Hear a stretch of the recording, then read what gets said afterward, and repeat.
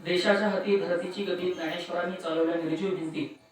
तुकारामांची गाथा भगवंत रक्षती, अर्जुनाच्या रथाला श्रीकृष्ण सारथी. होऊन गेले रथी महारथी, साधू संत आहेत म्हणून हे जग चालती. शिंपल्यांमध्येच असतो मोती आणि तोच घडवतो पिठले महाराजांसारख्या दादांसारख्या महान विभूती. खरं तर असं म्हटलं जातं की दुसऱ्याच्या काळजाच्या काळजाची काळजी करणाऱ्या माणसावरतीच खोलवर वार होत राहतात. काय? दुसऱ्याच्या काळजाची काळजी करणाऱ्या काळजावरतीच नेहमी खोलवर वार होत राहतात. म्हणून त्या काळजानं दुसऱ्याच्या काळजाची काळजी करणं कधीच सोडायचं नसतं. कारण दुसऱ्याच्या काळजाची काळजी करणारं काळीज कधी त्या सिद्धार्थाला भेटतं, गौतम बुद्ध करून ठेवतं, कधी ज्ञानेश्वरांना भेटतं, माऊली करून ठेवतं, कधी गांधीजींना भेटतं, राष्ट्रसंत करून ठेवतं, तर कधी अण्णासाहेब मोरेंना भेटतं आणि आज तुमची आमची गुरु माऊली करून ठेवतं. हा सगळा जो काही परिक्रमेचा भाग आहे, या सगळ्या महान महात्म्यांना अत्यंतिक नम्रपणानं प्रथमतः वंदन करतो.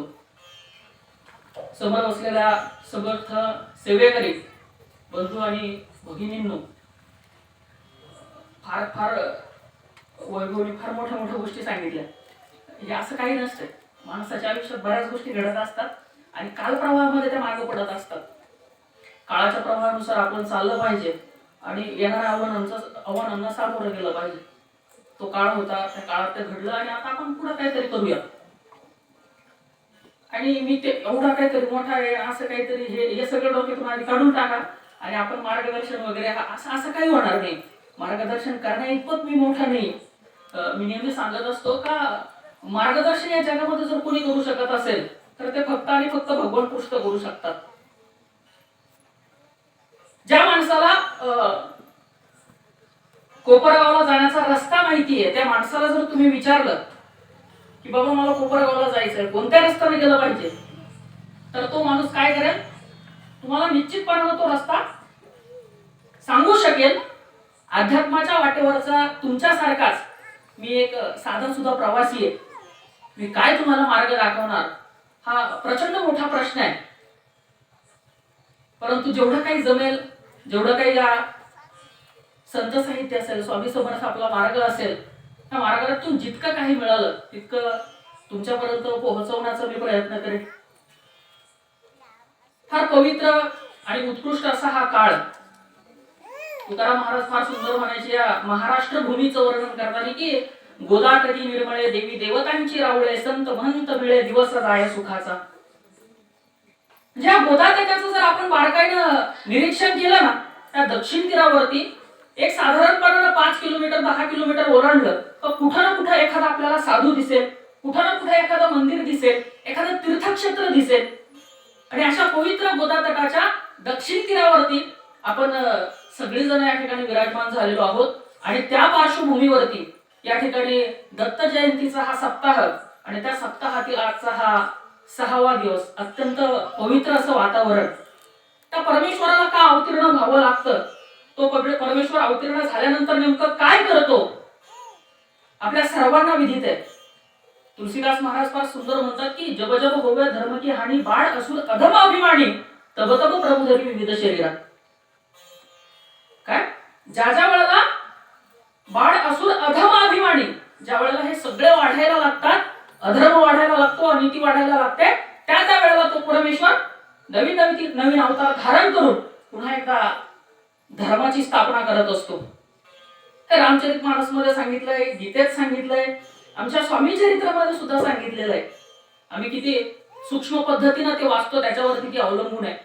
वाढला कलीचा प्रताप, करू लागले लोक पाप, पावली भूमी संताप, धर्मभ्रष्ट लोक बघू, पहा कैसे दैव विचित्र, आदेवरती आगे पुत्र वैभवीन झाले अपार, दारिद्र्य दुःख भोवती, शिथिल झाले धर्मबंधने, नास्तिक मानती वेद वचने, दिवसेंदिवस होम होणे कमी होऊ लागले, सुटला धर्माचा राजश्रय, अधर्म प्रवर्तका नाही भय, उत्तर नास्तिकमय भरतखंड जाहले, नाना विद्या आणि कला आस्था लागी गेल्या सकाळा, ऐहिक भोगेच्छा बाळवला, त्याने सुटला परमार्थ.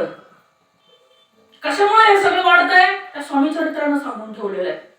आणि मग तो परमेश्वर अवतार धारण करत असतो. कधी तो राम झाला, कधी तो कृष्ण झाला, कधी तो नृसिंह सरस्वती झाला, कधी श्रीपाद श्रीवल्लभ आविष्कारामध्ये तो येऊन गेला, कधी स्वामी आविष्कारामध्ये तो येऊन गेला.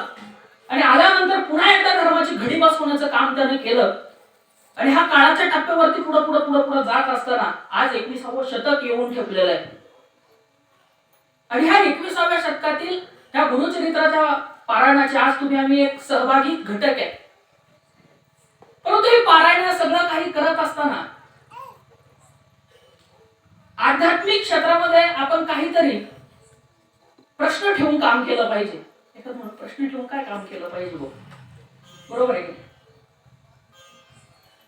आज आम्हाला हेच समजून घ्यायचंय का गेली 6 दिवस किंवा हा सप्ताह या 7 दिवसाच्या कालखंडामध्ये मी इथं कशासाठी आलो. काय फार एकदम साधा सोपा प्रश्न आहे, असं कॉम्प्लिकेटेड व्हायचं नाही अजिबात. या 7 दिवसासाठी मी इथं कशासाठी आलो आणि मला इथून काय मिळवायचंय.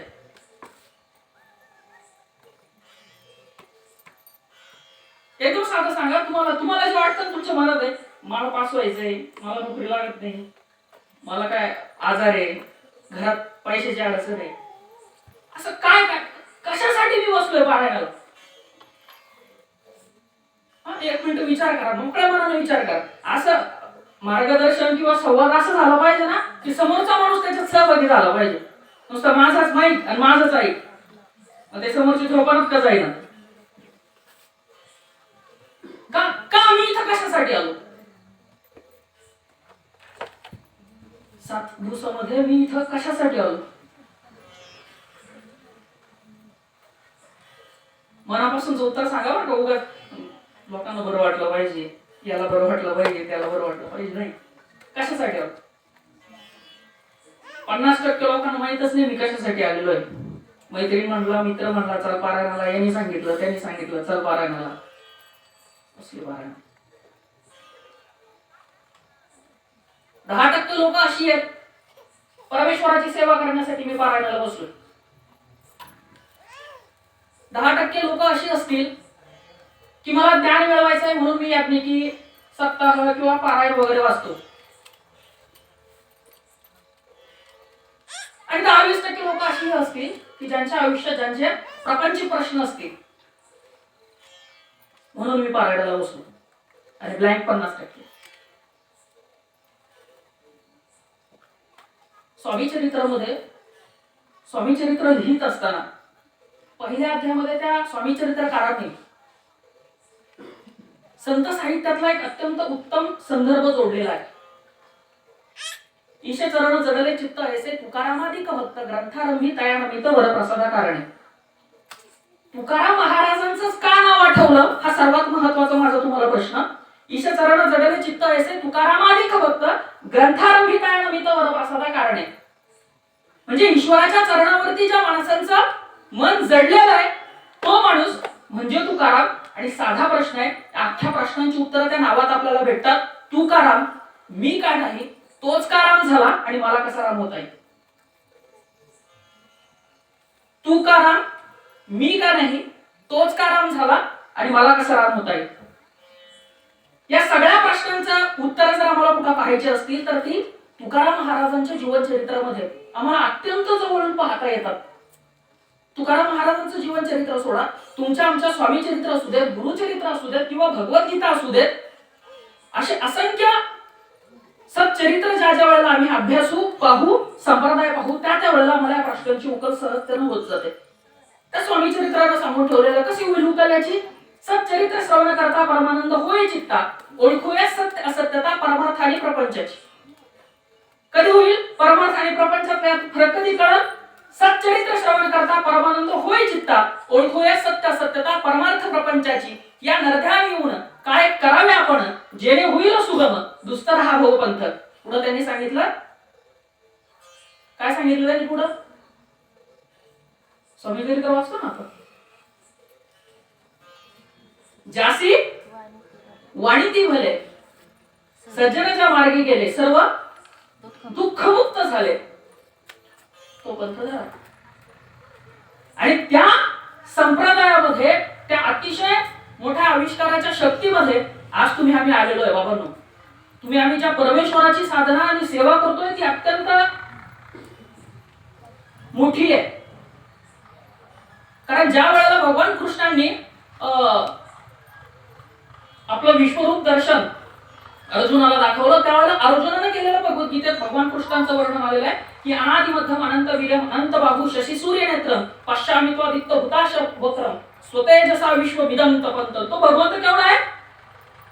अनादि मध्यम अनंत वीर्य म्हणजे त्याचा आदी नाहीये, अंतही नाहीये. एक एक डोळा म्हणजे त्याचं सूर्याचं तेज आहे.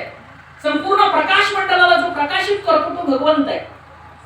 इतक्या मोठ्या शक्तीच्या सानिध्यात फक्त अर्जुन उभा राहिलेला नव्हता, तर त्या गीतेच्या रूपानं, त्या गुरुचरित्राच्या रूपानं, त्या स्वामी चरित्राच्या रूपानं ती शक्ती आज तुमच्या आमच्या पुढे आहे. आणि इतक्या मोठ्या महान सेवा कार्यामध्ये तुम्ही सगळेजण आज 7 दिवसापासून तन मन धनाने सामील झालेला आहे. मला सर्वप्रथम तुमच्या पायावरती अत्यंत नम्रतेने डोकं ठेवायचंय. खूप पवित्र काळ आहे हा. नशीब ज्या लोकांचं ज्यांना या कार्यक्रमामध्ये सहभागी होता येतं, वेळ देता येतो, हे खूप भाग्याची गोष्ट आहे. बहुत सुकृताची जोडी म्हणून विठ्ठल आवडी कुणाच्याही भाग्यात नाही. आमच्या सारख्यांना फार तर फार 2-4 दिवस येता येतं, म्हणजे फार दुर्दैवी गोष्ट आहे. पण असो काय की आपण इथं कशासाठी आलो, आपल्याला बऱ्याच प्रश्न असतात. त्यापैकी सर्वात कॉमन प्रश्न काय की मी ज्ञान मिळवण्यासाठी आलो. ठीक आहे, ज्ञान मिळवण्यासाठी आलो इथपर्यंत ठीक आहे. पण हे ज्ञान जगामध्ये एकमेव अशी गोष्ट आहे काय, ज्ञान ही जगामध्ये एकमेव अशी गोष्ट आहे जी आल्यानं आपला अहंकार लगेच वाढायला सुरुवात होत असते. विचार करा, जो माणूस ज्याच्या ज्ञानाच्या जोरावरती, भक्तीच्या जोरावरती, आराधनेच्या जोरावरती आणि त्या आध्यात्मिक ताकदीच्या जोरावरती मेलेली माणसं जिवंत करत होता, ज्या माणसाच्या हातामध्ये सर्पाचा चाबूक होता, त्या माणसाला ज्या वेळेला 65 अभंग ज्ञानोबरायांनी लिहिले आणि पाठवले, त्यावेळेला त्यातला एकही शब्द कळाला नव्हता. ज्ञानाचा प्रचंड अहंकार होता. इतका अहंकार की मी मेलेली माणसं जिवंत करतो. सर्पाचा चाबूक आहे माझ्याकडे की वाघाचं वाहन आहे, आणि एवढी अफाट ताकद माझ्याकडे असताना कोण मला काय करू शकेल. आणि मग त्यावेळेला ज्या वेळेला चांगदेव 65 लिहिली जाते आणि पाठवली जाते ना, त्यावेळेला त्या 65तला एकही अभंगातला एकही ओवी चांगदेव महाराजांना समजत नाही. आणि मग उलट टपाली पत्र येतं, मग गाठभेट होते, मग मुक्ताईचं कशा पद्धतीने त्यांना अनुग्रह होतो आपल्या सर्वांना विदित आहे. पण ज्ञान कसं असावं आणि ज्ञान मिळवण्यासाठी आपण किती तत्पर असायला हवं, हे ज्ञान मिळवत असताना त्यात एकमेव अशी गोष्ट आहे जी झटपट तुम्हाला लोकप्रिय बनवत असते. ती कुठल्या का क्षेत्रात असे ना, तुम्हाला प्रगतीच्या वाटेवरती घेऊन जात असते. आणि त्या प्रगतीच्या वाटेवरती जात असताना आम्हाला या सगळ्यात महत्वाच्या या भीती असतात की ज्ञानानं अहंकार वाढतो, ज्ञानानं आमच्यातली नम्रता कमी व्हायला लागते, ना की ती वाढायला पाहिजे पण ती वाढायला लागते. मग या अशा कालखंडामध्ये आपण संतांकडे पाहिलं पाहिजे, कसं मिळवलं त्यांनी ज्ञान, किती नम्रता ठेवली आणि काय त्यांनी केलं. ते ज्ञान आपल्याला एकदम सहज मिळालं ना, तर त्याची किंमत राहत नाही. हे ग्रंथ आज तुमच्या आमच्या समोर, पण हे तुमच्या आमच्या समोर येण्यासाठी प्रचंड पिढ्यांना त्रास सोसावा लागलेला आहे. हे याज्ञिकी प्रशिक्षण आज तुम्हाला आम्हाला मिळतंय बाबांनो. ज्या वेळेला ज्ञानोबारायांनी संस्कृताचा अभ्यास करायला सुरुवात केली, त्या काळातली परिस्थिती अशी होती, संस्कृत वाचलं तरी तोंडात कानात शिसं ओतलं जायचं. ब्राह्मणांशिवाय संस्कृत वाचण्या बोलण्याचा शिकण्याचा अधिकार कुणाला नव्हता. मंदिरात स्त्रियांना प्रवेश नव्हता, धर्मग्रंथ वाचण्याचा अधिकार नव्हता. अशी सगळी परिस्थिती एका बाजूला आणि आजची परिस्थिती एका बाजूला. इतका संघर्ष करून या संत महात्म्यांनी हे सगळं तुमच्या आमच्या समोर आज ठेवलेलं आहे. आणि ते ज्ञान आम्ही ग्रहण करत असताना सर्वात महत्वाची एक गोष्ट आमच्याकडे ती पाहिजे, ती म्हणजे अत्यंत नम्रपणाने ते आम्हाला ग्रहण करता आलं पाहिजे आणि ते पचवता आलं पाहिजे. बऱ्याच वेळेला ज्ञान मिळतं पण पचत नाही. एक पंडित होता, पुस्तकं वाचली, प्रचंड मोठा महान ज्ञानी झाला आणि शेवटी काय असतं, एक काळाचा टप्पा ओलांडला की फजिती सुद्धा होत असते. काय पढित पंडित माणूस पुस्तकं वाचून हे सगळं करून पढित पंडित माणूस सहज होऊ शकतो. त्यातलंच एक उदाहरण आहे. तो असाच एक पंडित पुस्तकं वाचली, असंख्य प्रश्नांवरती तो तोडग्या सांगायचा, उत्तर सांगायचा, सगळं सांगायचं. कालांतराने त्याची परिस्थिती अशी झाली की त्याला त्याच्या ज्ञानाचा इतका अहंकार झाला की त्यानं जो येईल त्याला विचारायचा, तुला काय प्रश्न आहे, तुझी काय समस्या आहे, त्याच्यावरती तो उत्तर सांगायचा. मग गीतेच्या संदर्भामध्ये, भागवताच्या संदर्भामध्ये असं सगळं सांगून झालं की तो पुढे चालायचा. असा त्या पंडिताचा नित्याचा क्रम होता. बराच काळ असाच उलटला. गावामध्ये त्याची प्रचंड ख्याती झाली. आसपास परिसरामध्ये त्या पंडिताचं प्रचंड नाव झालं आणि नाव झाल्यानंतर तो जीव भेटेल त्याला काय एकच प्रश्न विचारायचा, काय मला काहीतरी प्रश्न विचारा, मी तुम्हाला उत्तर सांगतो. असाच एकदा रस्त्याने फिरत होता आणि वाटेच्या कडेला शेत होतं. शेतामध्ये शेतकरी काम करत होता. शेतकरी काम करत असताना हा त्याच्याजवळती गेला आणि जरा संध्याकाळची वेळ होती आणि याच्या हातामध्ये कंदील होता पंडिताच्या. चालला आणि जात असताना त्याने त्या शेतकऱ्याला हटकून विचारलं, काय एखादा प्रश्न विचार म्हणे, तुझ्या प्रश्नाचं उत्तर मी देतो आणि मला जर तुझ्या प्रश्नाचं उत्तर नाही देता आलं, आजपासून हा कंदील पेटवणार नाही म्हणे. काय अहंकारच ना तो. शेवटी काय सांगितलं त्याला, जर तुझ्या प्रश्नाचं उत्तर, त्याला असं वाटलं हा शेतकरी आडारी आहे, काय विचारायचंय मला. साहजिकच असंच असतंय आपलं पण. एखाद्या क्षेत्रामध्ये आपल्याला दोन गोष्टी जर समजल्याच ना, आपण आपल्या बरोबरीने चालणाऱ्या मार्गस्थ माणसाला कमी लेखण्याचं काम करत असतो. काय मला प्रश्न विचार, मला जर त्याचं उत्तर नाही देता आलं तर मी तो कंदील विसरून टाकले, मी पण पुढं पंडित तुम्ही राहणार नाही. बिचारा शेतकरी भोळा बावडा, काय करायचं भाऊ, काय विचारायचं एवढ्या मोठ्या माणसाला. वैतागला शेतकरी, वैतागला काय करायचं भाऊ. म्हणून त्याला काय केलं, तर काहीतरी करायचंच म्हणून चाबूक घेतला आणि त्याच्या पुढे उभं राहिला आणि त्याला सांगितलं, सांग म्हणे हा चाबूक तुला आता कुठं लागत नाही. काय सांगितलं, हा चाबूक तुला कुठं लागल. पायात सांगावं तर डोक्यात मारी, डोक्यात सांगावर पाठीत मारी, पाठीत सांगावर पायावर मारी. आता विजवून येतो कंदी, विजवलं. सांगण्याचं तात्पर्य काय, का ज्या दोन चार गोष्टी आम्हाला कळत असतात त्या इतरांपर्यंत तितक्याच नम्रपणाने आदराने ते त्याच्यापर्यंत पोहोचल्या पाहिजे. मग तुम्हाला ते याज्ञिकी असू दे, गुरुचरित्र असू दे, कुठलं का ज्ञान असे ना, ते अत्यंत नम्रपणाने मिळवलं पाहिजे. ते ज्या वेळेला आपल्याला मिळतं ना, त्यावेळेला त्या भगवंतापर्यंत जाण्याचे अनेक मार्ग मोकळे होत असतात. ज्यावेळेला तुकाराम महाराज त्या भंडाराच्या डोंगरावरती बसले, 13 दिवस झाले अनुष्ठान चालू होतं. अनुष्ठान चालू होतं, अन्न पाणी काही घेईना तुकाराम महाराज, कारण एकच त्यांची मागणी होती परमेश्वराकडे, काय मला आत्मसाक्षात्कार हवाय. आत्मसाक्षात्कार जोपर्यंत मला होत नाही तोपर्यंत मी ही जागा सोडणार नाही. तुकाराम महाराजांचा तो अट्टहास 13 दिवस उलटून गेले आणि 13 दिवस उलटून गेल्यानंतर 14व्या दिवशी तुकाराम महाराजांना भंडाराच्या डोंगरावरती साक्षात पांडुरंगांना दर्शन दिलं. तिथून पुढे तुकारामांचं एक आगळं वेगळं जीवन हे उभा राहिलेलं आहे. स्वामी विवेकानंद जोपर्यंत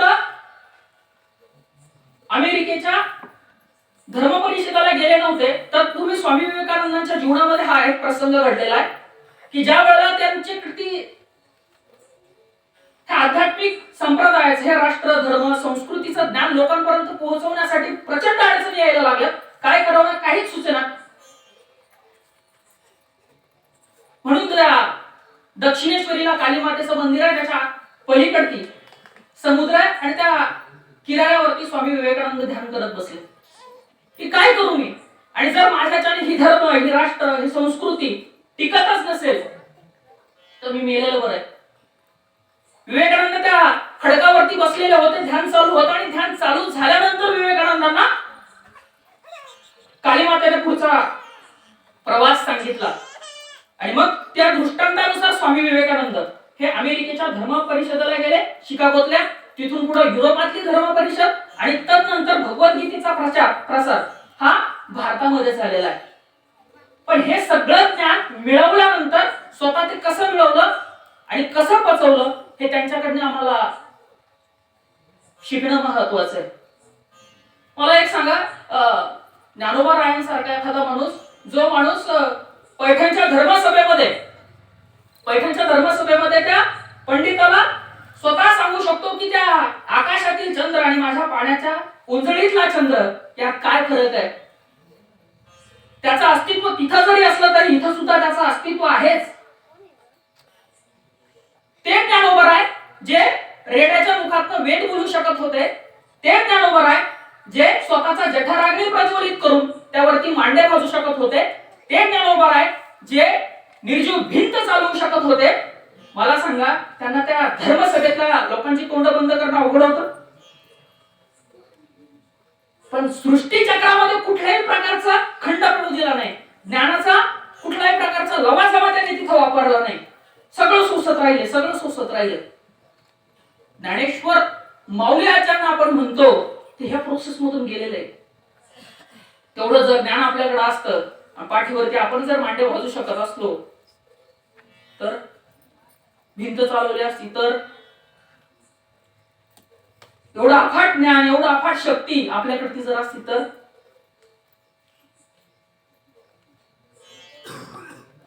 मांड्याचा कारखाना टाकला असता ना. हे पचवलंय ह्या सगळ्या लोकांनी. आणि त्या सप्ताहाच्या काळातला पहिला महत्वाचा मुद्दा काय, ज्ञान मिळवण्यासाठी जर आम्ही आलो नाही ना, तर ज्ञान मिळाल्यानंतर ते पचवता आलं पाहिजे. दुसरी महत्वाची गोष्ट काय, का मी परमेश्वराची सेवा करण्यासाठी इथं आलो. सगळ्यात महत्वाचं, आपल्या सेवेची खरोखर परमेश्वराला गरज आहे का, आणि आपल्या वाचून त्याचं काही अडलंय का? नाही ना, नाही अडलेलं.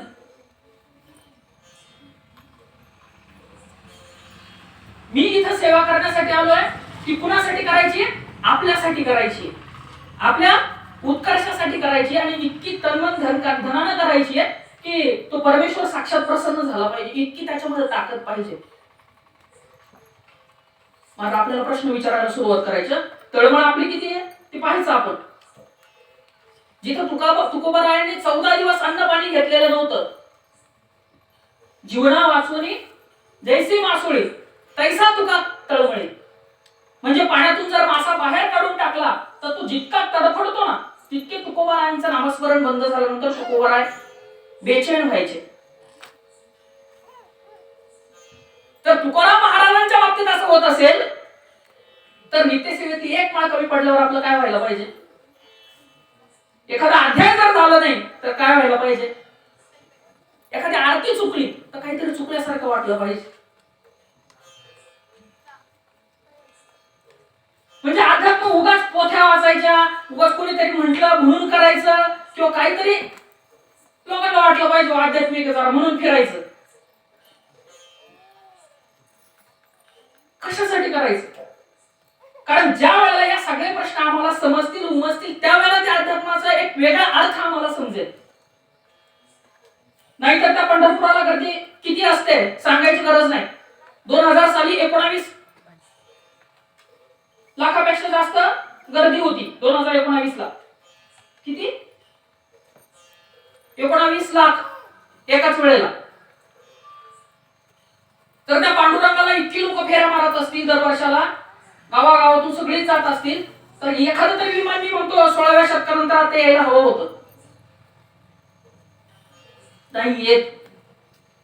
कारण काय, आमच्याकडे किती प्रश्नच नाहीये, आणि प्रश्न असल्यानंतर सुद्धा उत्तराच्या शोधामागे धावण्याची आमची तयारी नाहीये.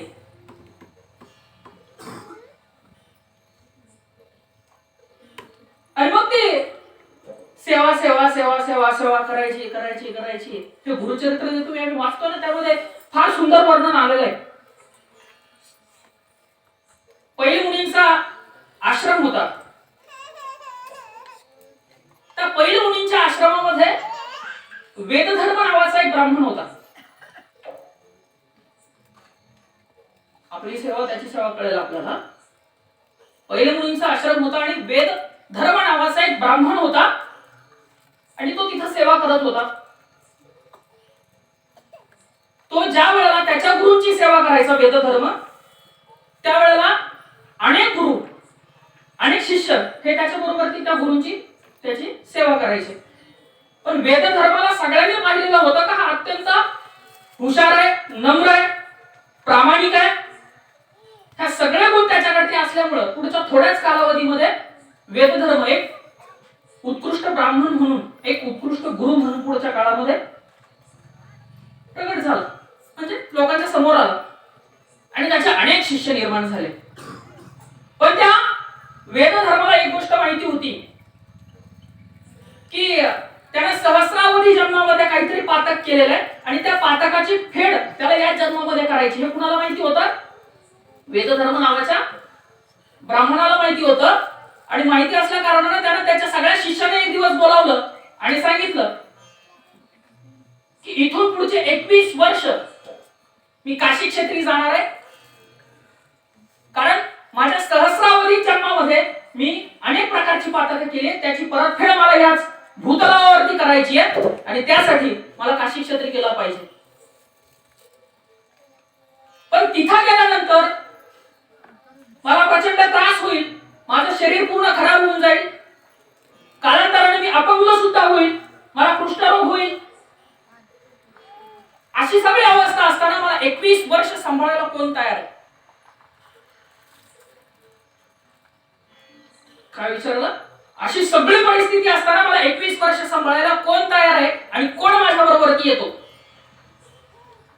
साधी गोष्ट आहे की स्वामी महाराज इथं आता अवतीर्ण झालेत आणि विचारलं की अशी अशी परिस्थिती आहे आणि 21 वर्ष माझ्या बरोबरती यायचंय. किती जण जातील?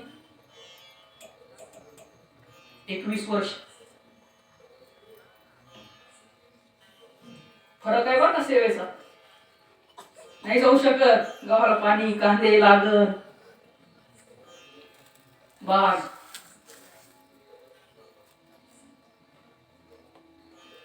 परमार्थ आणि प्रपंचाचा फरक कधी कळतो?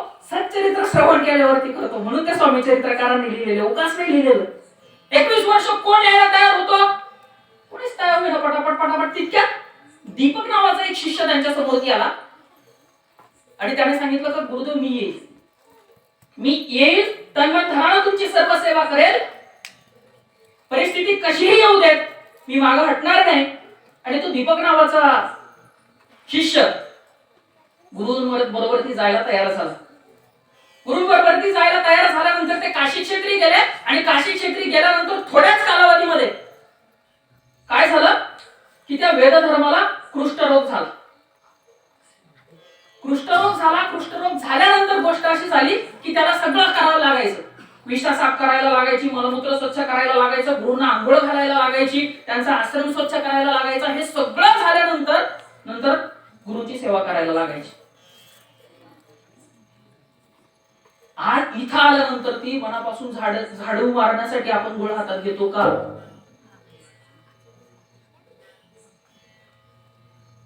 नसेल तर वाईट वाटण्याचं काहीच कारण नाही. पण 21 वर्ष हे सगळं करायचं पोरांनो, विचार करा. 1 दिवस नाही, 2 दिवस नाही, 3 दिवस नाही, किती? 21 वर्ष. आणि हे सगळं करीत असताना काळ लोटत गेला आणि भगवान शिवांना प्रश्न पडला, अरे ही कसल्या प्रकारची सेवा आहे, ही कसल्या प्रकारची निष्ठा आहे?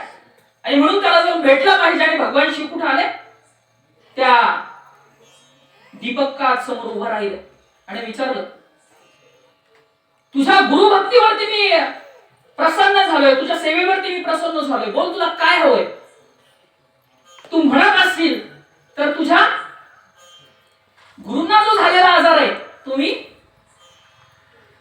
बरा करतो. मला सांगा, असं जर झालं असतं, आपण त्या ठिकाणी असतो तर पहिल्यांदा काय चॉईस केलं असतं? विचार करा, मलमूत्र साफ करायचं रोज, आंघोळ घालायची, रोजच झाडायचंय, आश्रम साफ करायचा आहे, सेवा करायची आहे, आणि हे एका मिनिटात बंद होणार होतं. किती? एका मिनिटामध्ये. आपण काय केलं असतं? भगवान शंकरांना सांगितलं असतं डील फायनल, सांगितलं असतं. पण जर ती डील फायनल झाली असती तर त्या वेदधर्माने केलेली जी पातक होती ती फिटली नसती, पुन्हा आविष्कार धारण करायला लागला असता, पुन्हा जन्म, पुन्हा तेच. हे सगळं माहिती असल्या कारणानं त्या दीपकानं सांगितलं, नाही देवा, मला हे सगळं नको आहे, मला फक्त त्या गुरुची सेवा करण्यासाठी ताकद हवी आहे. भगवान शंकर प्रसन्न झाले, निघून गेले. आणि भगवान शंकर निघून गेल्यानंतर भगवान विष्णूंबरोबर त्यांचा संवाद झाला. भगवान विष्णूशी ज्या वेळेला संवाद झाला त्यावेळेला त्यांनी सगळा प्रसंग सांगितला भगवान विष्णूंना, की असा असा शिष्य आहे, 21 वर्षापासून त्याच्या गुरूंची सेवा करतोय, इतक्या तन्मनानं करतोय, त्या साक्षात मी प्रसन्न झालो आणि त्याच्या गुरुची व्याधी दूर करतो, असं सगळं सांगितलं. तरी सुद्धा तो त्यासाठी नाही म्हणतोय. म्हणून भगवान विष्णू सुद्धा त्याची भेट घ्यायला आले, इतकी उत्सुकता. आणि भगवान विष्णू ज्या वेळेला आले त्यावेळेला भगवान विष्णूने सुद्धा त्याला तेच सांगितलं, बोल तुला काय हवंय ते माग. काय सांगितलं? तुला काय हवंय ते माग. त्यावेळेला त्या दीपकने काय मागितलं असेल तर त्याने फक्त 2-3 मागण्या केलेल्या. तुम्ही गुरुचरित्र उद्या उचलून पाहिलं तरी हरकत नाही. मला शुद्ध भक्ती दे आणि माझी गुरुची सेवा करण्यासाठी मला सामर्थ्य दे. काय मागितलं? गुरुची सेवा करण्यासाठी मला सामर्थ्य दे. रवींद्रनाथ टागोरांची फार सुंदर कविता आहे. परमेश्वरांना काय मागितलं पाहिजे? माझं तारण तू करावंस ही माझी प्रार्थना नाही. रवींद्रनाथ टागोरांचं वाक्य काय? माझं तारण तू करावंस ही माझी प्रार्थना नाही, पण तरुण जाण्याचं सामर्थ्य मला द्यावं एवढी माझी प्रार्थना आहे. आणि मग त्याने ज्या वेळेला सांगितलं की मला गुरुची सेवा करण्याचं सामर्थ्य द्या, आणि तिथं भगवान विष्णू ज्या वेळेला निघून गेले, आणि भगवान विष्णू ज्या वेळेला निघून गेले तदनंतर गोष्ट अशी झाली की हा त्या वेदधर्माजवळ आला. वेदधर्माजवळ ज्या वेळेला आला त्यावेळेला वेदधर्माने विचारलं, बाबा भगवान शिव, भगवान विष्णू तुझ्याकडे आले, काय मागितलं तू त्यांच्याकडे? बरोबर आहे ना, गुरुला प्रश्न पडला असेल ना, शिष्याने काय मागितलं हो? गुरुला काळजी असते, काही चुकीची तर मागणी करत नाही. आणि मग घडलेला सगळा प्रसंग त्यानं आपल्या गुरुंना सांगितला, आणि गुरुंना सांगितल्यानंतर त्या वेदधर्मांच्या डोळ्यातून खळखळा पाणी वाहायला लागला. अरे किती किती निष्ठेने अजून माझी सेवा करशील म्हणे. आणि गुरु प्रसन्न झाले. त्या कालावधीच्या थोड्याच दिवसानंतर त्या ठिकाणी त्यांचं वैकुंठ गमन झालं, अवतार समाप्ती झाली वेदधर्मांची. आणि त्यानंतर पुढचा दीपक नावाचा जो त्यांचा शिष्य आहे त्याला ते जाता जाता एक शब्द सांगून गेले होते, पुढच्या कालावधीमध्ये तुला वाचासिद्धी प्राप्त होईल, आणि ती झाल्यानंतर तू काशी क्षेत्रामध्ये या धर्माचा प्रचार प्रसार कर. गुरु अशा असतात बरं का, उगाच काहीतरी असं काहीच नाही. हातातून लिंबू तोडे गंडे अजिबात प्रकार नाही, खेती अजिबात नाही. आणि मग त्या दीपकानं पुढे काशी क्षेत्रामध्ये त्या ठिकाणी परमेश्वराची सेवा केलेली. त्या अशा पद्धतीने आपल्याला जर का काही सेवा करता आली, मग ती काही का असेना, झाडणं असू द्या, लोटणं असू द्या, तिथं ज्या काही पद्धतीने आपल्याला तिथं योगदान देता येईल, त्या सेवेची पातळी तितकी उंचावरची असू देत. पण आम्हाला प्रश्न अनेक पडत असतात, हे मीच का करायचं, मी हे करण्यासाठी येतो का, मी हेच केलं पाहिजेत का. परंतु सेवाभाव ज्या वेळेला जिवंत राहतो त्यावेळेला दीपकासारख्या मोठ्या मोठ्या अनुभूती आपल्याला घेता येत असतात. आणि मग शेवटचा नेमका प्रश्न का प्रापंचिक प्रश्नासाठी आपण येतो. स्वामी समर्थ सेवा मार्ग मी स्वतः निवडण्याच्या पाठीमागचं सर्वात महत्वाचं कारण आहे की जगाच्या पाठीवरचं एकमेव असा संप्रदाय आहे की ज्या संप्रदायामध्ये तुमच्या समस्यांवरती काहीतरी तोडगे सांगितले जातात ज्याला ऑथेंटिक प्रूफ आहे, अशा गोष्टी सांगितल्या जातात ज्याच्या पाठीमागे काहीतरी सायंटिफिक रिझन आहे. कुठला का संप्रदाय असेल ना, तिथं तुमच्या समस्यांवरती निराकरण केलं जातं का, आणि केलं जात असेल तर ते कशा पद्धतीने केलं जातं याच्यावरती विचार करा. हे फक्त आणि फक्त स्वामी समर्थ सेवा मार्गामध्येच होतं, मी अभिमानानं सांगत असतो नेहमी. मग प्रापंचिक प्रश्नामध्ये आम्हाला अनेक प्रकारचे अनुभव आजपर्यंत आम्ही या स्वामी समर्थ सेवा केंद्रामध्ये पाहिलेले आहेत, अनुभवलेले आहेत. आणि खरोखर ते येतात का, मी तुम्हाला अशी पुराणातले वगैरे वगैरे अनुभव अजिबात सांगणार नाही. पण जर खरंच नम्रपणाने स्वामी महाराजांची आपण सेवा करत असाल, ज्ञान ग्रहण करण्यासाठी आलेला असाल आणि सेवा करण्याची जर आपली तयारी असेल, तर क्षणोक्षणाला स्वामी महाराज तुमच्या आमच्या पाठीशी असतात. नाशिकला एक कुटुंब राहत होतं, 2015चा हा प्रसंग आहे. आणि त्या कुटुंबामध्ये त्या दाम्पत्याला एक 6-7 वर्षाची मुलगी होती. घरात सर्व लोक सेवेकरी होते आणि सर्वांची स्वामीवरती प्रचंड निष्ठा होती. गुरुवारी दिंडोरीला सर्वजण आरतीला जायचे. असा सगळा एकीकडची प्रसंग. आणि अशी सगळी घरामध्ये सेवा चालू असताना गोष्ट अशी घडली की एके दिवशी संध्याकाळी पोरं अंगणात खेळत होती आणि खेळता खेळता ती पोरगी काय घरात आली नाही, म्हणून 6:45ला त्या पोरीची शोधाशोध सुरू झाली.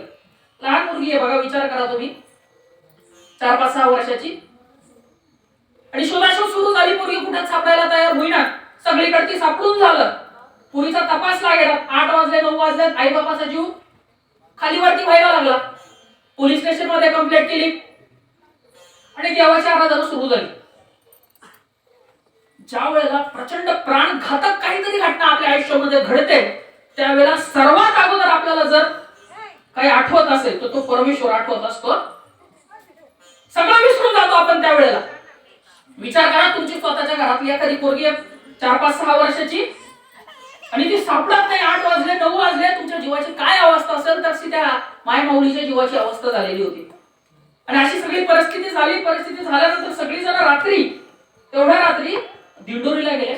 आणि दिंडोरीला गेल्यानंतर त्या ठिकाणी केंद्रामध्ये रात्रीच्या वेळेला प्रश्नोत्तर केले जात नाही.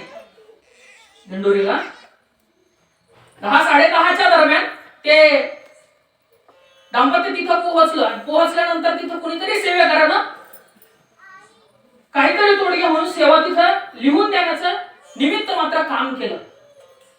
त्या दाम्पत्यानं ती सेवा घरी आले, सगळं कुटुंब ती सेवा करायला लागलं.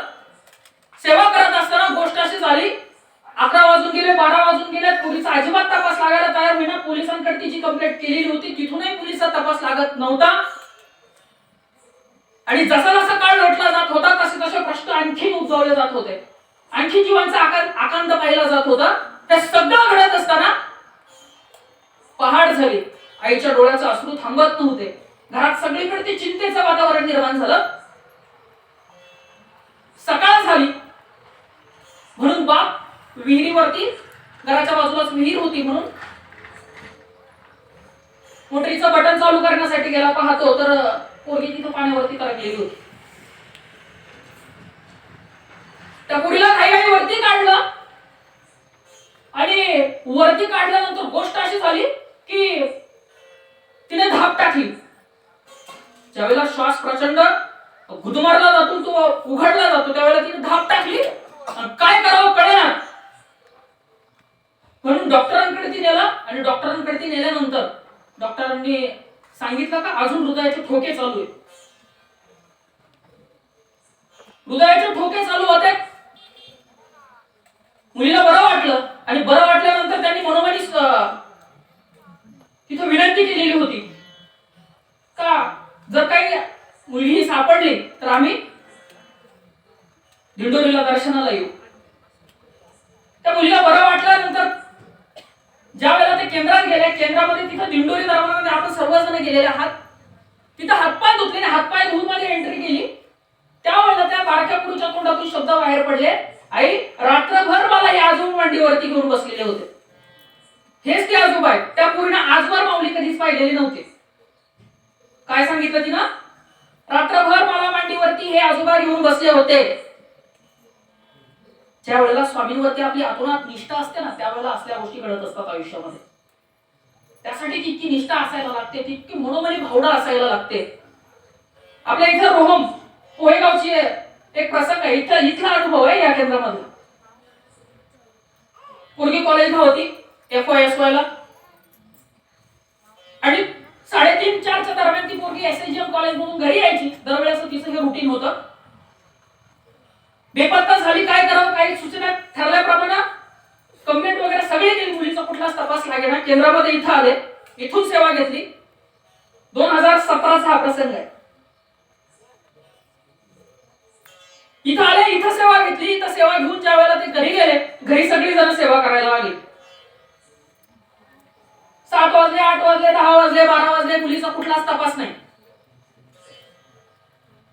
मुलगी कुठं जाऊन पोहोचली होती?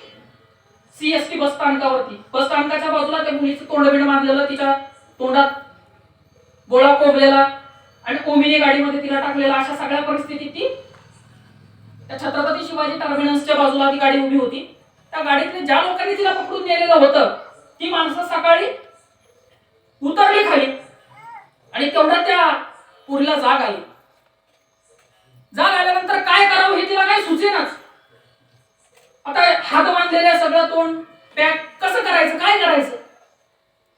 अशा परिस्थितीमध्ये कसं बसा तिने ते तोंडानं सोडलं, ते काढलं आणि पळत सुटली. गाडीच्या बाहेर पळाली, कुठं जायचं काहीच कळेना. त्या रेल्वे स्थानकाच्या बाजूलाच बस स्थानक आहे, आणि त्या बस स्थानकावरती गेली. योगायोग इतका चांगला की मुंबई शिर्डी गाडी लागलेली होती. त्या गाडीमध्ये ती गेली, बसली, मागे जाऊन बसली. बसली तर बसली कुठं? शीटाच्या खाली जाऊन बसली. कारण तिला भीती वाटत होती, काय हीच लोक परत मला शोधत येतील आणि घेऊन जातील. इकडे आई बाबाच्या जीवाचा आकांत झालेला, सगळी सेवा चालू करी. ज्या वेळेला हाताबाहेर गोष्टी जातात, त्यावेळेला परमेश्वराशिवाय कोणीही शिल्लक राहत नाही. आणि ज्या वेळेला हाताच्या आतमध्ये गोष्टी असतात, त्यावेळेला परमेश्वराचं आम्हाला ध्यान लागत नाही.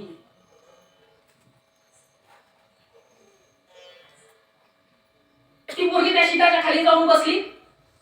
गाडीमध्ये प्रवासी बसले. गाडीचा प्रवास सुरू झाला, आणि त्या शेवटाला त्या गाडीमध्ये एक वृद्ध आजोबा चढले, अगदी नानांसारखे.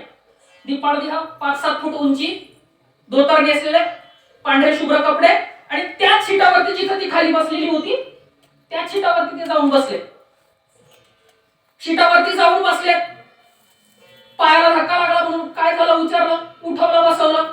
बाई का घाबरतेस, काय झालं? ती पोरगी रडत होती फक्त. त्या परिस्थितीत आपण असतो तर आपली हीच अवस्था असती ना. ती पोरगी बसली, धाय उकलून रडायला लागली. एक वृद्ध आजोबा काय झालंय असं विचारताय, आणि म्हणून तिनं सांगितलं, घडलेला सगळा प्रसंग सांगितला. अगं पोरी रडू नको म्हणे. काय? अगं पोरी रडू नको, मला तिकडे जायचंय म्हणे.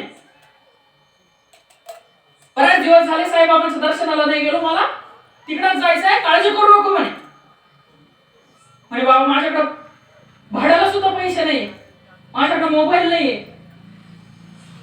मग त्या बाबाने तिचा फोन दिला आणि घरी फोन केला. घरच्यांचा जीवात जीव आला.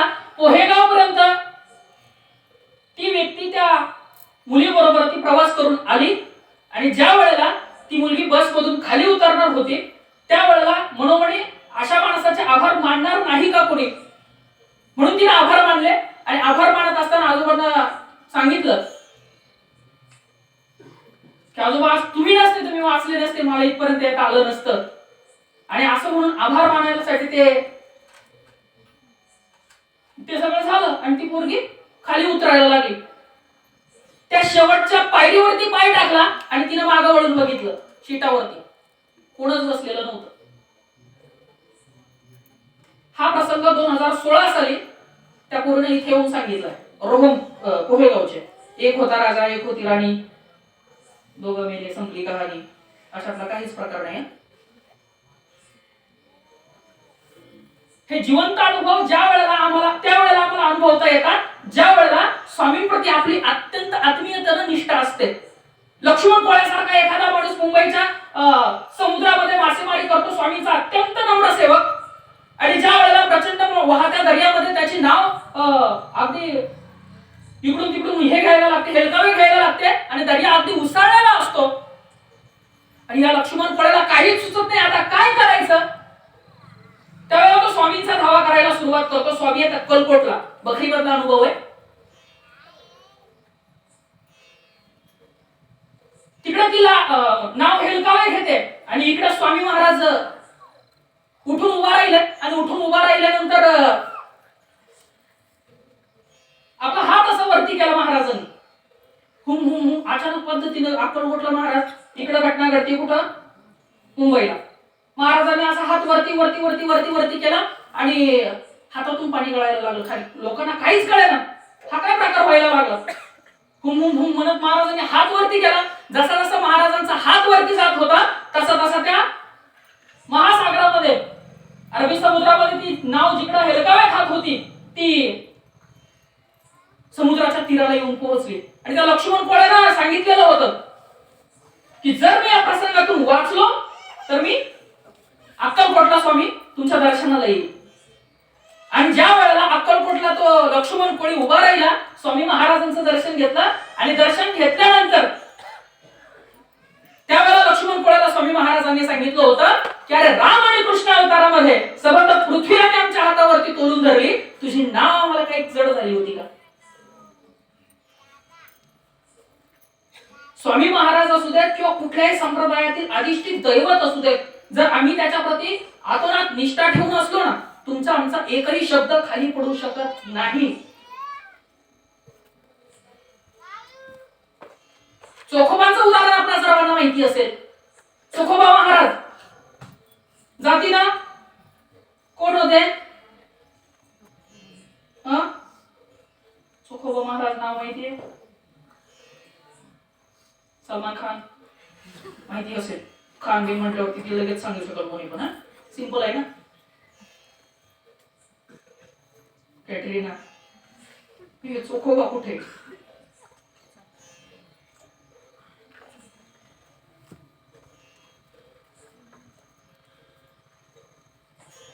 महार चोखोबा महाराज जातीनं महार आणि पांडुरंगाची सेवा करतो म्हणून विरोध कोणी केला.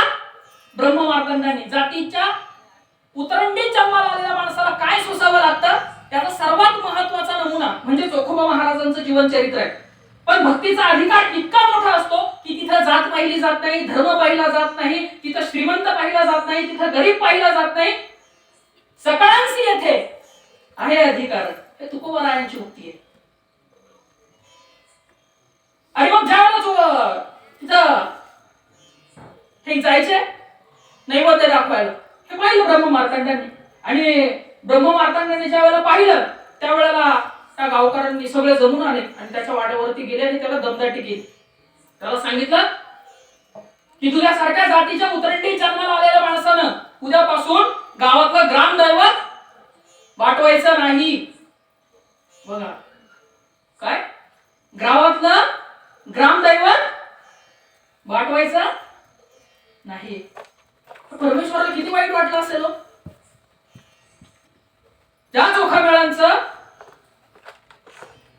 हातचा नैवेद्य विठ्ठल खायचा, ज्या चोखामेळांशी साक्षात तो परमेश्वर बोलायचा, इतकी मोठ्या भक्तीचा अधिकार असताना त्या माणसाला सांगितलं गेलं काय, तू मंदिर वाटवायचं नाही. चोखामेळांनी ते काय बंद केलं नाही, त्यांच्याच्याने राहावलं गेलं नाही. दुसऱ्या दिवशी चोखामेळांनी तसंच केलं. पुन्हा नैवेद्य घेऊन गेले, पुन्हा आले. एकाच वाटेत त्याला अडवलं गेलं आणि चोखामेळांच्या तोंडात त्या ब्रह्ममार्तंडांनी मारली. ब्रह्ममार्तंडांनी तोंडात मारल्यानंतर चोखामेळा घरी आले आणि घरी आल्यानंतर रडायला लागले. त्या पांडुरंगासमोर बसले आणि एकच प्रश्न केला काय, की अरे तुझी सेवा करत असताना इतकं जर मला त्रास होत असेल तू या लोकांकडे का पाहत नाही. आणि दुसऱ्या दिवशी हे ज्या वेळेला ब्रह्ममार्तंड दुसऱ्या दिवशी गाभाऱ्यामध्ये ज्या वेळेला सेवा करण्यासाठी गेले, षोडशोपचार पूजा करण्यासाठी गेले, त्यावेळेला त्या ठिकाणी पांडुरंगाचा गाल एक साइड पूर्ण सुजलेला होता. मूर्ती डायरेक्ट डिफरंट दिसत होती पूर्ण. दगडाच्या मूर्तीमध्ये सजीवत्व येण्याची ताकद फक्त आणि फक्त तुमच्या निष्ठेत आहे, सेवेत आहे आणि भक्तीत आहे. आणि ज्या वेळेला हा सगळा प्रसंग बघितला, सगळी माणसं कुठं, चोखामेळ्याच्या घरी.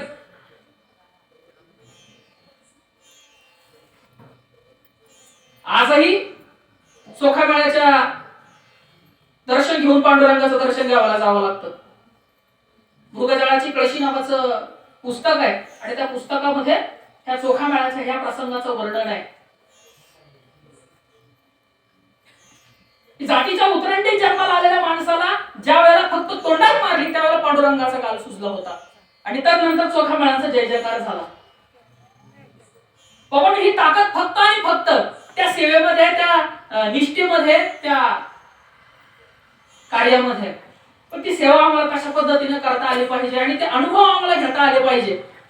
विचार करा, फार सुंदर आहे का? तीनच मुद्द्यांवरती आपण बोललो. ज्ञान मिळवण्यासाठी आलो, सेवा करण्यासाठी आलो आणि प्रापंचिक प्रश्नांसाठी आलो. विचार करा, तुमची ही सगळी प्रश्न सुटली. ज्ञान मिळालं, प्रपंचातल्या गोष्टींवरती काहीतरी उपाय आहे त्याही सुटल्यात, सेवा कशी करायची हेही समजलं आणि त्यानंतरचं जे जीवन असेल ते अत्यंत वेगळ्या पद्धतीचं आध्यात्मिक जीवन असेल. भूती भगवत भाव मात्रा सहित जीव अद्वैत तू ठाव निरंजन एकला ऐसे गरजती पुराणे वेदवाणी सकळ जन. हे तुकोबारायांची उक्ती आहे. काय भूती भगवत भाव हे सगळं ज्यावेळेला होईल ना त्यावेळेला एकमेकांबद्दल आम्हाला आदर निर्माण होईल, प्रेम निर्माण होईल, एकमेकांप्रती कुठलाच द्वेष राहणार नाही, कुठलाच द्वेष राहणार नाही. हे सगळं झाल्यानंतर जर आम्ही हे सगळे प्रश्न ठेवून आलेलो असू तर ब्लँक आलेल्या माणसांनी प्रश्न पडायला सुरुवात करा. काहीच प्रश्न नाही. का करतोय माहितच नाही.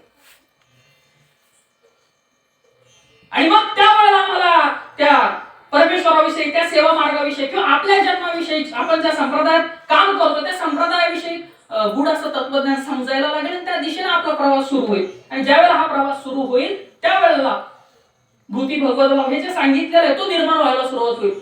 मग ज्यावेळेला त्या पैठणच्या वाळवंटामध्ये त्या गाढवाला तहान लागते त्यावेळेला काशीचं पाणी सुद्धा काहीच वाटत नाही. ज्यावेळेला घरामध्ये खाण्यासाठी काहीच उरत नाही, घरामध्ये पोटच्या पोरांना सुद्धा खायला अन्नाचा दाणा उरत नाही, त्यावेळेला उसाची मुळी डोक्यावर तू घेऊन येणार आहे तुकोबा हे सगळं वाटून देण्याचं काम करतात. स्वतःच्या दुकानातलं सगळं लोकांना देऊन टाकतात. खतकर्जाच्या सगळ्या वया इंद्रायणीत बुडून टाकतात. हे कधी होतं? आध्यात्मिक पातळीवर तर तितक्या उंचीवरती पोहोचल्यानंतर या सगळ्या गोष्टी घडायला लागतात. एखादा माणूस म्हणत असेल त्याच्या अध्यात्मातली मोठी प्रगती झाली. अध्यात्मात प्रगती होणं हे फार सिंपल आहे. कसं ओळखायचं? की त्या लोकांना ज्ञानी माणसाची खुमखुमी जिरवता येते आणि सर्वसामान्य माणसाबरोबर ते जर बसले ना तर त्या सर्वसामान्य माणसाला परकेपणा कधीच वाटू देत नाही.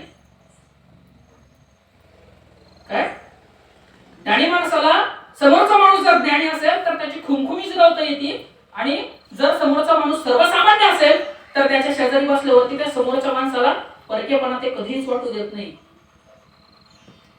आता आपण ठरवायचं बरं ज्ञानी कोण, काय कोण, असं तसं हलणं विस्तनं, प्रगती कुणाची काय किती,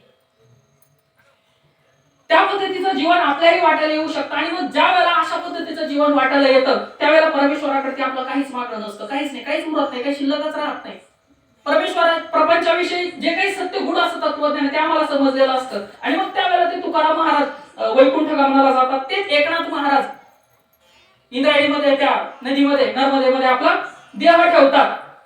हे सगळ्या जिवंतपणे केलेल्या गोष्टी या संतांनी, आणि ते आम्हाला सोडायचे असतील तर ह्या मार्गाने आम्हाला त्या ठिकाणी पोहोचावं लागणार आहे. आणि ज्या ज्या वेळेला आम्ही हे सगळं करीत असताना त्या तिथपर्यंत पोहोचू ना त्यावेळेस जीवन हे अत्यंत सुंदर असं जीवन प्रपंचामध्ये आपण जगलेलो असतो. आज तुकाराम महाराजांकडे ज्या वेळेला आम्ही पाहतो त्यावेळेला परमार्थ आणि प्रपंच याचं सर्वात उत्तम उदाहरण जर कोणी असतील तर तुकाराम महाराज आमच्या समोर येतात. का? अध्यात्म करण्यासाठी त्यांनी घरदार सोडलं नाही, कुटुंब सोडलं नाही, समाज सोडला नाही, भगवत धारण केलं नाही, सगळं घरदार सांभाळून त्यांनी अध्यात्माचं अतिउच्च कोट तो गाठलं. आणि ते काय झाले शेवटी वारकरी संप्रदायाचा कळस झाले. आणि मग त्या बहिणाबाई पाठकांनी अभंगलीला काय संत कृपा झाली इमारत फळा आली ज्ञानदेवेले चिले पाया उभारिले देवालया. ज्ञानोबांनी पाया रचला, त्याचे खांब अनेक संत झाले आणि तुकोबा राय त्याच्यावरती कळस म्हणून राहिले. परंतु हे सगळे प्रश्न आध्यात्मिक पातळीवरती अत्यंत मोठे जरी असले तरी इथं तरुण वर्ग आहे.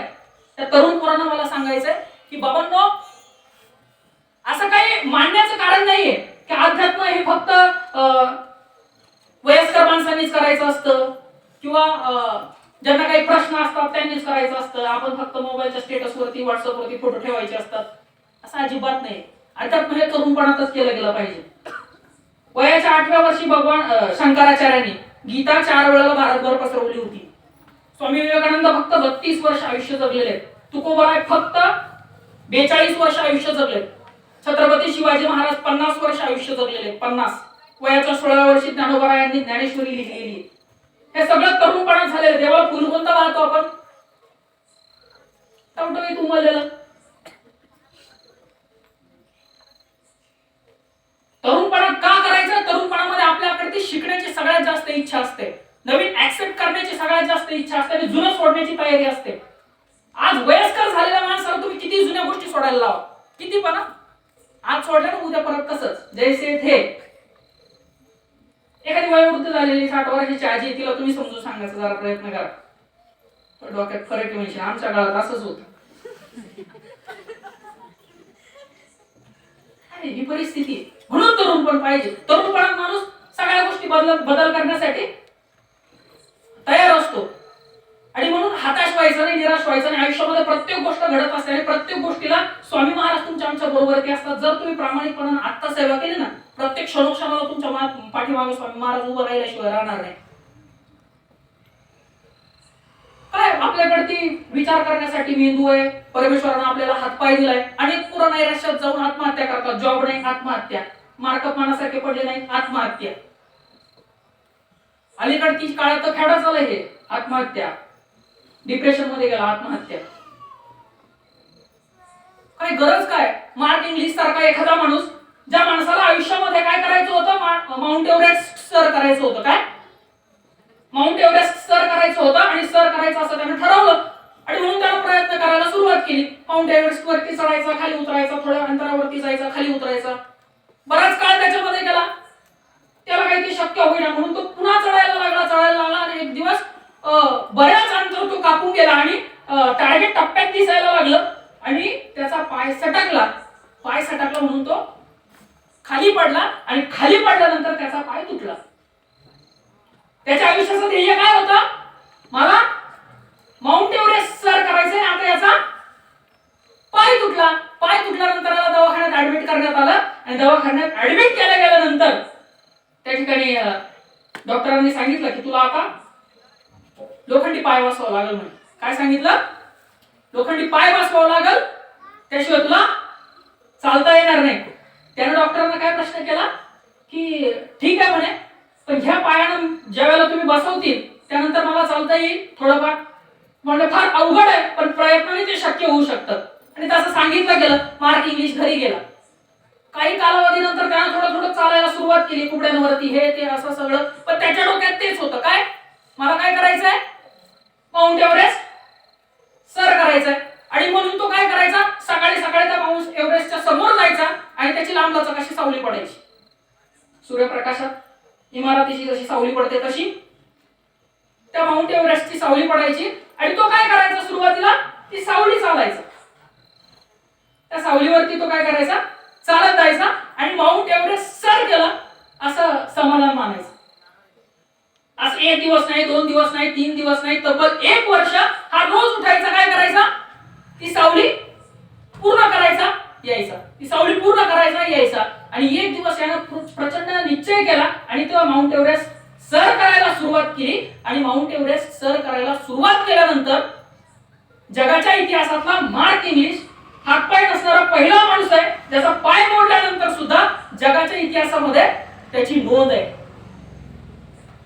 हातपाय नसलेला माणूस स्वतःच्या आयुष्यातलं ध्येय जर मिळवू शकत असेल तर देवाने आपल्याला मेंदू दिलाय, विचार करण्याची ताकद दिली.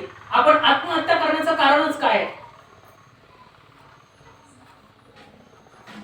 सुनीता मेनन म्हणून एक स्त्री आहे. बेंगलोरमध्ये तिचा जन्म झाला होता 1972 साली. स्त्री म्हणून तुम्ही काहीच करू शकत नाही असं अजिबात नसतं.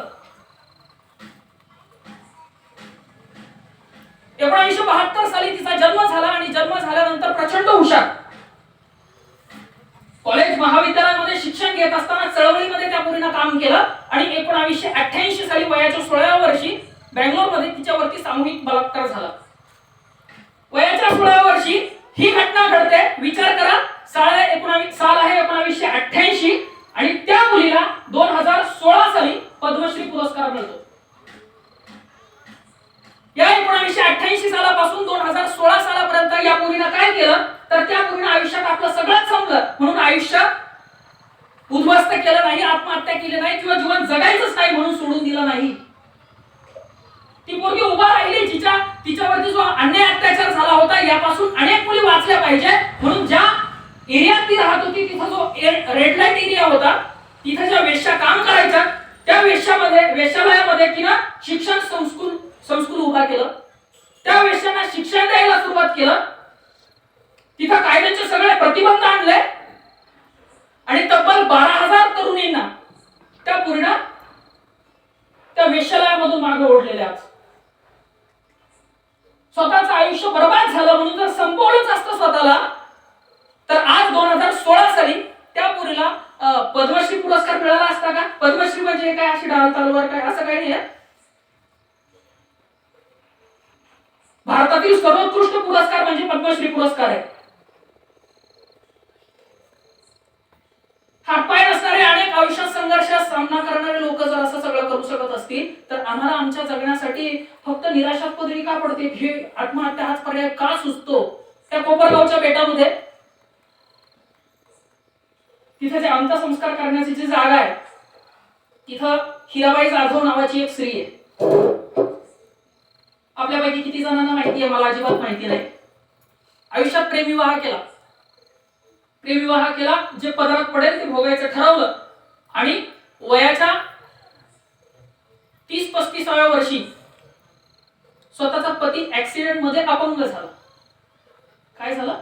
स्वतःचा पती अपंग झाला. आयुष्यात आता काय करायचं म्हणून तिला ज्यावेळेला पत्रकारांनी विचारलं, परिस्थितीचं प्रोग्रेस पुढे कळेल तुम्हाला, आणि ज्यावेळी तिची मुलाखत चालू होती त्यावेळेला तिला विचारलं, बाई निम्म्या वयात हा बाबा अपंग झाला, तू प्रेमविवाह केलाय, आधार कोणीच राहिलेला नाही, घरी नाही, दारे नाही, कोणीच नाही, काहीच नाही. त्यावेळेला तिनं सांगितलं का तू अपंग झाल्यानंतर तू काय केलं? त्यावेळेला तिनं सांगितलं, मी सगळ्या पर्याय करून पाहिलं, माझ्याकडे काहीच उरलेलं नव्हतं आणि अशा अवस्थेमध्ये मी स्मशानातली राख सावळायला सुरुवात केली. जे मिळेल त्याच्यावरती जीवन जगायला सुरुवात केली. त्यातून 4-2 रुपये मिळायचे, त्या पैशांवरती मी जीवन चालवायचे आणि आजपर्यंतचा माझा उदरनिर्वाह तो चालत होता. त्यानंतर काही कालावधीनंतर अपंग झालेल्या माणसाला जरा थोडंफार हातपाय हलवता यायला लागले. त्यानं रिक्षा चालवायला सुरुवात केली. आज त्या स्त्रीचे 2ही मुलं चांगल्या महाविद्यालयामध्ये शिक्षण घेतात. मग तरुणांना आपल्याकडे सगळं असताना ही सगळ्या गोष्टी का सुचताय हे मला आजपर्यंत न उलगडलेलं कोड आहे. तरुणांचं सोडा, तो आता हिरो मेला माग काय नाव, काय काय अर्थ नाही ना या जीवनात. काही पबजीच्या टेन्शन मध्ये ढसढसा रडत. ते स्टेटस होता, ते माग मध्यंतरी आलं होतं, पबजी बॅन केलं म्हणून रडत होते. तुला काय कळतं का म्हणे, मी आता तो कोणता प्रो प्लेअर झालोय. त्याची बहीण बोलली मध्ये, बरं झालं बंदच कर, तुला काहीच कळत नाही म्हणे, तुला डोक्यात फरक आहे. काय प्रकार आहे? पबजी साठी पूर्ण ढसढसा रडत होत आहे. कुठं चाललेलो आहे आपण हे समजून घ्या. आणि हे सगळं करणं आपल्या हातात, या वयस्कर माणसांच्या हातात आहे. काहीच करायचं नाही, फक्त आपली पोरं केंद्रामध्ये पाठवा, जास्त काही करू नका. केंद्रामध्ये आलेल्या पोरांचं वाटोळं झालं. सेवा करत असताना महत्वाचं, सेवा करत असताना केंद्रात एखाद्या पोराचं वाटोळं झालं, अशी थोडकी उदाहरणं मला सांग, बोटावरती मोजणे. ज्यांची नित्य सेवा चालू नाही अशांबद्दल मला काही बोलायचं नाही, वाईट आहे नाही, चांगलं आहे. एक उदाहरण सांगायचं, त्याचं वाईट झालं. इथे तरुण पोरं जी कारवाडीची बसलेली आहे ना, 4थी-5वी पासून सेवेकरी आहे. नवीन पोरांना सांगतो 4थी-5वी पासून, म्हणजे ज्या वेळेला भाऊ कारवाडीला त्या शाळांमध्ये यायचे आणि शनिवारच्या दिवशी आम्हाला ते प्रशिक्षण मिळायचं. तो पेंडुलम असू देत, ती माळ असू देत, मंत्र असू देत, गणपती अथर्व शीर्ष असू देत, हे सगळं शिकवायचे. मग ती पोरं आज जॉईन झाली. आज प्रत्येक पोराचं घरदार सगळं व्यवस्थित आहे, कुठल्याच प्रकारची अडचण नाही. आयुष्यात आध्यात्मिक प्रगती करत असताना संसारिक प्रगती करणारा एकमेव मार्ग जर कुठला असेल तर तो स्वामी समर्थ सेवा मार्ग आहे. मी आज या मार्ग सांगतो, काय काय त्याच्यात अवघड नाही. आणि जर हे सगळं आम्हाला मिळत असेल, फक्त आमची पोरं केंद्रात पाठवलं नाही, तर अजूनही असे आई बाप कसे जाणून आहेत जे सांगतात केंद्रात जाऊ नको, तिथं काय चालत आम्हाला माहिती. तोंड हाणले पाहिजे नाही बरं, काय चालत माहितीये, ती माहिती आहे ना, फक्त तिथं जाऊन पहा, तिथं काय चालू हे कळू दे. डोळ्याने पहा, कानाचा डोळ्याचा 4 बोटाचा अंतर असतं असं जुनं माणसं म्हणतात. मोजून पाहिलं तर 5ही भरतो, पण आहे अंतर आहे. डोळ्याने पाहिलेली गोष्ट आणि कानाने ऐकलेली गोष्ट याच्यामध्ये प्रचंड फरक आहे. असे जे माणसं भेटतील ना त्यांना एकच प्रश्न सांगायचा, बाबा तू डोळ्याने पाहिलं का? तू तुझ्या डोळ्याने जर पाहिलं असेल तर आता चला आपण त्याची काय आहे ते खरं खोटं करू. 80% गोष्टी त्या फक्त भंपक असतात, भंपक, काही अर्थ नसतो त्यावर. एखादी पोराची बोलली झालं, वाटोळं झालं, पोरीचं झालं, पोराचं झालं. ही मानसिकता बदला. सामूहिक क्षेत्र आहे, सामूहिक कार्यक्रम आहे, तिथं गेल्यानंतर अशा सगळी गोष्टी घडणार आहेत. ती मानसिकता आधी प्रिपेअर करा आणि मग जगाच्या समोर या. प्रत्येक गोष्टीला त्याच अँगलने जर आम्ही पाहणार असू तर भविष्याच्या काळामध्ये आमच्याकडनं कुठल्याच मोठ्या गोष्टींचे बदल होणार नाही. आणि या सगळ्या सोडण्यासारख्या गोष्टी आहेत.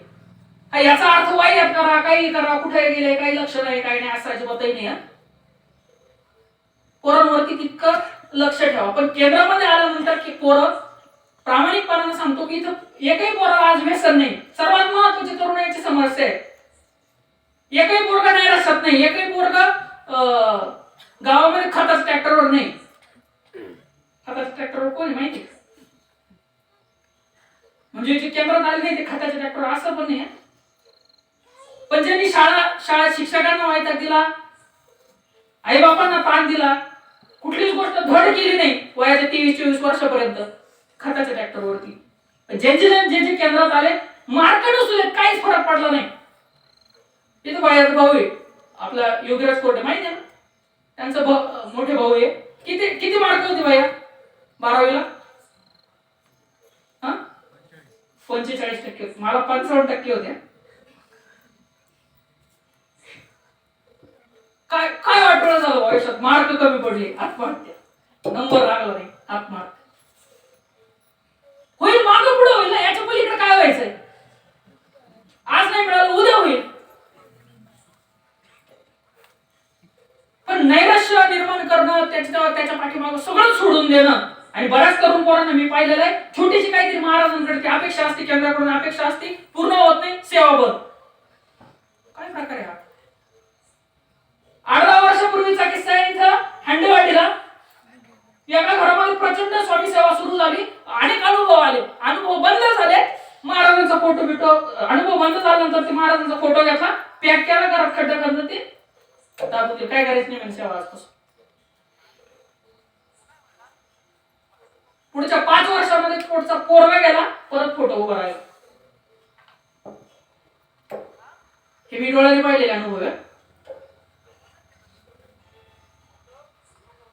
गाठ इथं जर बांधलेली असेल ना, सोडायला इथंच यावं लागणार ना. तुम्ही जगाच्या पाठीवर कुठं फिरा, काही करा, किती नॅशनल कार्यक्रम राबवा, सोडायला इथंच यावं लागणार. परंतु छोटस काहीतरी कारण झालं म्हणून सेवा सोडायची, छोटस काहीतरी गोष्ट आयुष्यात मनासारखी नाही झाली म्हणून केंद्रात नाही यायचं, हा मला काहीतरी बोलला म्हणून केंद्रात नाही यायचं, आणि ते मला असंच टोचून बोलत काय म्हणून केंद्रात नाही यायचं, हे चुकीचं आहे. द्या सोडून. काय गोष्ट काय राहत नाही बाबा आयुष्यात. सख्खे भाऊ असतात, बांधावर भांडतात, काहीतरी त्याच्या आयुष्यात वाईट होऊ द्या, तोच भाऊ त्याच्या बरोबर पुन्हा पाहायला भेटतो. काहीच राहत नाही. त्याच्यामुळे आपण ह्या छोट्या छोट्या गोष्टी अगदी आवड करून टाकायच्या, काय ते सोडून द्यायचे आणि प्रेमानं जगायला, प्रेमानं राहायला शिकायचं. आणि ते खरं आध्यात्मिक जीवन आहे, ना की फक्त इथे माळी ओढणं, पारायण वाचणं, घरी जाणं. एकमेकाप्रती कुठला द्वेष नसावा, एकमेकाप्रती कुठलेच जे काय म्हणतो ना आपण जळजळ नसावी. एखाद्याची प्रगती होत असली तरी शेजारच्याला जळजळ, त्यांनी 4 व्हीलर घेतली, लोन काढलं, काय अडचण आहे बाबा, तुला पेढा खायला बस.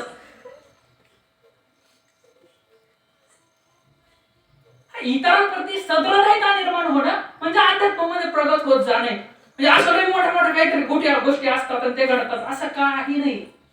आपले विचार बदलले तर पुढची एक पिढी बदलते आणि ते बदलण्यासाठी आम्हाला केंद्रात यायचंय. आणि त्यासाठीची हे 7 दिवस आहे. या 7 दिवसामध्ये हीच प्रश्न का पडावीत याच्या पाठीमागे स्वामी चरित्राचा पहिला संदर्भ, तूच का राम, तोच का राम झाला, आम्हाला कसा राम होता येईल, या पद्धतीनं होता येईल. कधी प्रामाणिकपणाने सेवा करायची, ज्ञान मिळवल्यावरती पचवायचं, पचवलेलं ज्ञान इतरांपर्यंत पोहोचवायचं आणि इतरांपर्यंत ज्यावेळेला ज्ञान पोहोचवण्या इतपत आम्ही लायक झालो की तत्पासून आध्यात्मिक जीवन जगायला सुरुवात करतो. तोपर्यंत 60 गाठलेली असं सगळ्यांनी, म्हणजे जे तरुण आहे त्यांनी, बाकीचे 60 क्रॉस आहे काही. 60 वर्षापर्यंत आपल्याला कष्ट करायचे, त्यावेळेला आपली अवस्था कोणती पाहिजे, ठाईची बैसुनी करा एका चित्ता. तुकाराम महाराज आदर्श आहे ना, तर तिथपर्यंत आपल्याला पोहोचता आलं पाहिजे. असं सांगण्यासारखं बोलण्यासारखं भरपूर काही आहे. अजून तासभर मी तुमच्या समोर बोलू शकतो, पण 1 तास होऊन गेला, माझा टाइम संपला. आता बऱ्याच वेळा काय मागून उठायला बसले काय पुढं, कारण माग मी पण बसलेलो आहे ना, तासापेक्षा जास्त वेळ झाला, मानसिकता राहत नाही. परंतु बाबांनो, मनापासून एक सांगतो का ज्या सेवा मार्गामध्ये आपण काम करतोय, ज्या आदरणीय भाऊंनी आपल्याला ही सेवा उपलब्ध करून दिलेली आहे, ती खूप महत्वाची आणि एकदम परफेक्ट सेवा मार्ग आहे. अजिबात त्याच्यात कुठली शंका कुशंका आणण्याचं कारण नाही. लोक असं म्हणतात बुवा का चांगली माणसं मेल्यावरती आकाशात तारे बनतात, असं ऐकलेलं आहे मी कधीतरी सुना. लोग कहते हैं कि अच्छे लोग मरकर आसमान में सितारे बन जाते हैं. लोग कहते हैं कि अच्छे लोग मरकर आसमान में सितारे बन जाते हैं, लेकिन हम कहते हैं कि आकाश के अच्छे सितारे जमीन पे आकर आप जैसे लोग बन जाते हैं. इतकं पवित्र आणि सुंदर काम भाऊनी या प्रभागामध्ये संपूर्ण केलेलं आहे आणि त्या कामाचं नेतृत्व भविष्याच्या काळामध्ये इथल्या प्रत्येक तरुण पोराला करायचंय, त्यासाठी तयार व्हायचंय. आज स्वामी समर्थ सेवा केंद्र कारवाडी म्हटलं ना, प्रत्येक सेवेकरी म्हणजे तिथला प्रतिनिधी. तेवढी जबाबदारी सांभाळून आपल्याला ते काम करायचंय. छोट्या मोठ्या गोष्टी घडणार आहे आयुष्यात, थोडंफार वाईट होणार आहे, होऊ दे, पण संपलं असं काहीच नाही. म्हणून या आपले मुलं जास्तीत जास्त पद्धतीने इथं पाठवा, मित्रांना इथं घेऊन या. पबजी खेळायला जशी 10-12 जणांची गँग लागती, 4-5 जणांची, तशी इकडे घेऊन या, तयार करा. आपल्या बरोबर ती एक जण जोडा. स्वामी महाराज 1 रुपयाचं तुमचं कर्ज ठेवणार नाही. असो, जाताना तुकोबारायांच्या भाषेत इतकंच म्हणेल की बोलिलेले पुढे वेडी बाकुडे उत्तरे करा क्षमा अपराध, महाराज तुम्ही सिद्ध नाही विचारेला अधिकाराने आपुला. तुका म्हणे ज्ञानेश्वरा रक्षा पायापे किंकरा. बोलत असताना काही चूक झाली असेल, संदर्भ चुकले असतील, कुणाचं मन दुखावलं गेलं असेल, तुम्हा सर्वांची माफी मागतो, संत साहित्याची माफी मागतो आणि त्या ठिकाणी थांबतो. श्री स्वामी समर्थ.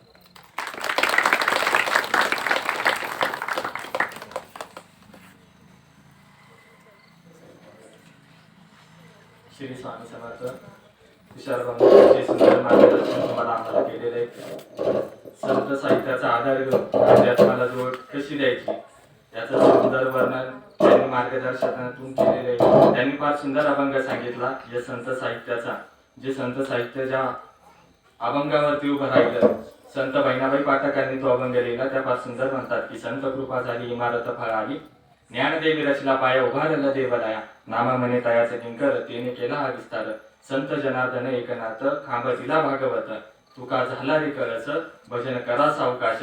या संत साहित्याचा महिमा त्यांनी या ठिकाणी मार्गदर्शनाच्या माध्यमातून व्यक्त केला. दुसरं महत्वाचं म्हणजे तुम्हाला आम्हाला घडायचं असेल तर बाल संस्कारातून तुम्ही आम्ही घडू शकतो, या विचारांवरती घडू शकतो. विचार संत म्हणजे स्वामी विवेकानंद विचारांचं वर्णन करताना फार सुंदर म्हणतात की विचार हे आम्हाला शांताकडून अनंताकडे नेतात, भेदाकडून अभेदाकडे नेतात, अविकासाकडून विकासाच्या दृष्टीने मार्गक्रमण करायला लागतात. म्हणून विचारचं सामर्थ्य तुम्हाला आम्हाला टिकवणं महत्वाचं आहे. हे टिकवणं याचा एक फक्त मार्ग जर तो कोणता असेल तर तो स्वामी मार्ग इथे हे मार्गदर्शनातून सांगण्याचं काम त्यांनी केलं. अतिशय सुंदर मार्गदर्शन झालं. असं उद्याच्या काही सूचना असतील, उद्या आपल्याला